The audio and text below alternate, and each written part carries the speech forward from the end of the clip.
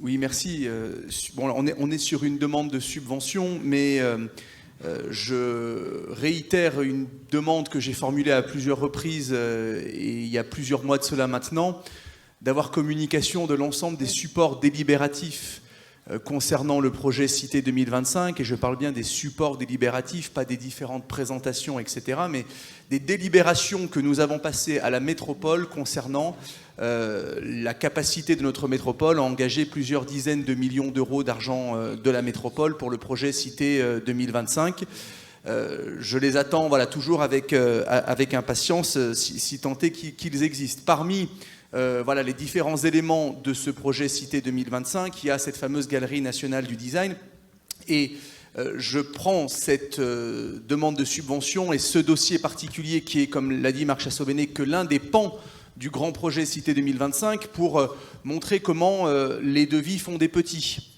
Vous savez, j'en parle régulièrement, on me dit à chaque fois que même si ça coûte de plus en plus cher, en fait ça coûte de moins en moins cher, mais les chiffres pour le coup sont têtus et ça fait écho quelque part un petit peu au débat que nous avons eu tout à l'heure, où l'on parlait non pas de sincérité ou d'insincérité, mais en tout cas de transparence et d'exhaustivité des informations. Quand ce projet de Galerie nationale du design a été lancé, nous avons passé un marché pour une maîtrise d'œuvre pour un marché qui était initialement d'un peu plus de 6 millions d'euros. En février 2024, nous avons pris connaissance d'une décision de la présidente, en l'occurrence, qui date de décembre 2023, faisant état d'un avenant à ce dit marché pour la Galerie nationale du design, qui avait bondi de quelques 39%, augmentant de 2 419 000 et passant le budget donc en fin 2023 à 8 623 000 euros. Et accessoirement, nous faisons aujourd'hui, 2 mois après, une demande de subvention pour un projet qui a encore augmenté, puisqu'on est aujourd'hui sur 8 819 000 euros.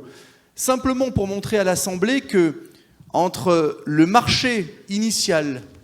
qui a augmenté de plus de 2 millions d'euros, la décision d'il y a 2 mois et ce pourquoi nous votons aujourd'hui, on a repris 200 000 euros. Alors, c'est pas grand-chose dans un budget à plus de 50 millions d'euros, effectivement, mais c'est pour montrer quand même que de manière, quelque part, discrète, eh bien, on engage 200 000 euros supplémentaires, même si pour le coup, c'est une demande de subvention et on espère évidemment avoir le maximum. Mais quand on dit qu'entre ce qui a été présenté initialement et ce qui va être fait et ce que ça va coûter en définitive, on a une illustration supplémentaire que en quelques mois, on a augmenté de 2,5 millions sur un projet à 8 millions. Peut-être que tout le monde trouve ça normal, mais en tout cas, nous sommes un certain nombre à ne pas vouloir être associés à ce que nous qualifions de dérapage budgétaire, et donc symboliquement, nous nous abstiendrons sur ce rapport.